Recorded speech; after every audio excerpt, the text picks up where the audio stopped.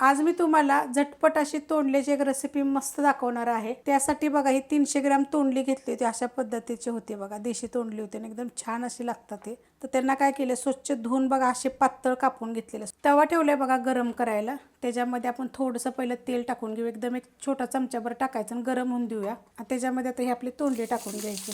आता हे काय मीडियम गॅस आहे, मीडियम गॅसवर एक 2 मिनिटं फक्त आपल्याला एकसारखं हे परतून घ्यायचे। आता ह्याच्यामध्ये आपण एकदम थोडंसं मीठ टाकून घेऊया, मिक्स करून घेतले आणि ह्याच्यावर काय करायचं माहिती आहे का, झाकण ठेवूया एक 2 मिनिटासाठी बारीक गॅसवर। बारीक गॅसवर बघा 2 मिनिटं मी झाकण ठेवलं, तर झाकण काढून घेऊया। ही मीठ आहे, आपण मीठ थोडंसं टाकले तर ही थोडं मीठ घेतलेलं आहे।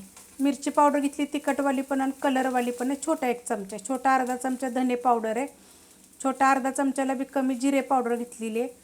ही चाट मसाला थोडा घेतलेला आहे आणि थोडा आमचूर पावडर घेतली, थोडीशी हळद घेतलेली आहे आणि गरम मसाला पावडर। आता हे सगळं आपण टाकून घेऊया। बारीक गॅसवरच आपल्याला हे एकसारखं 1 मिनिटभर फक्त परतून घ्यायचे। मसाले टाकल्यानंतर बघा हे मिक्स करून घेतलेलं आहे, थोडा सुद्धा आपला कुठं सुद्धा मसाला बघा जळला नाही आणि चांगला बघा तोंडल्याच्या एक एक फोडीला मसाला बसलेला आहे। आता काय करायचं माहिती आहे, परत आपल्याला एक 2 मिनिटासाठी झाकण बारीक गॅसवर ठेवायचं। तुमचा जर तवा जर एकदम पातळ असेल तर तुम्ही आधीमध्ये हलवत राहा। 2 मिनिटं बघा मी झाकण ठेवलं होतं बारीक गॅसवर, असं पाणी बघा असं पडलं असताना एकदम मस्त होतं बघा, खाली लागलं नाही की करपलेलं नाही, काहीच नाही।